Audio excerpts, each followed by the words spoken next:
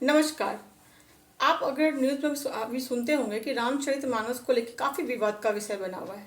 रामचरितमानस को लोग कहते हैं, कुछ लोगों ने इस पे कमेंट भी किया कि रामचरितमानस को फाड़ देना चाहिए क्योंकि ये समाज में कट्टरता फैलाता है। तो उन्हीं को मेरा एक जवाब है कि जिस पंक्ति को लेकर ये विवाद खड़ा करते हैं, तो जैसे कि ढोल गवार शूद्र पशु नारी ये सब है तारण के अधिकारी, तो वो कहते हैं कि इस रामचरितमानस में इन सबको पीटने की बात कही गई है। सबसे पहले तो आप ये जानिए कि रामचरितमानस किस भाषा में लिखी गई है।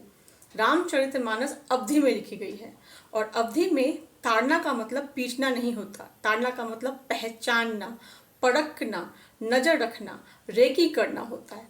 तो अब आप ये देख लीजिए कि ढोल ढोल पे अगर नजर ताड़ने की बात हुई है ढोल के बारे में, तो ढोल क्या है, अगर आप उसको उस पर नज़र नहीं रखेंगे, उसको पहचानेंगे नहीं, तो आप क्या करेंगे, तो उसके साथ आपका तालमेल नहीं बैठेगा तो उसे बेसुरा आवाज़ निकलेगा। तो ढोल को स्वर में लाने के लिए उसे उस पर नज़र रखना चाहिए ताकि आप पहचानिए कि कैसे, ताकि वो बेसुरा नहीं स्वर से आवाज़ निकले।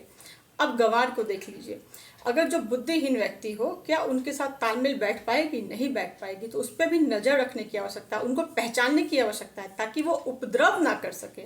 शूद्र यहाँ सेवक के तौर पे यूज़ किया गया है, यानी अगर आप सेवक को नहीं जानेंगे तो तालमेल कैसे बैठेगा? उस पर नज़र, तो उस पर से जो उनके मालिक होंगे उनको नज़र रखना चाहिए।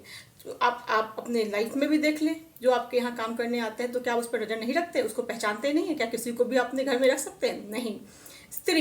स्त्री को भी उन्होंने पहचानने की बात कही है, पीटने की बात नहीं कही है, क्योंकि माना जाता है कि स्त्री का हृदय कोमल होता है, वो भावना से भरी हुई होती है। तो ऐसे में उन पे भी नज़र रखनी चाहिए, उनको पहचानना चाहिए, ताकि इन सब को पहचानना चाहिए ताकि हम इनके साथ सही तालमेल के साथ जीवन यापन कर सके।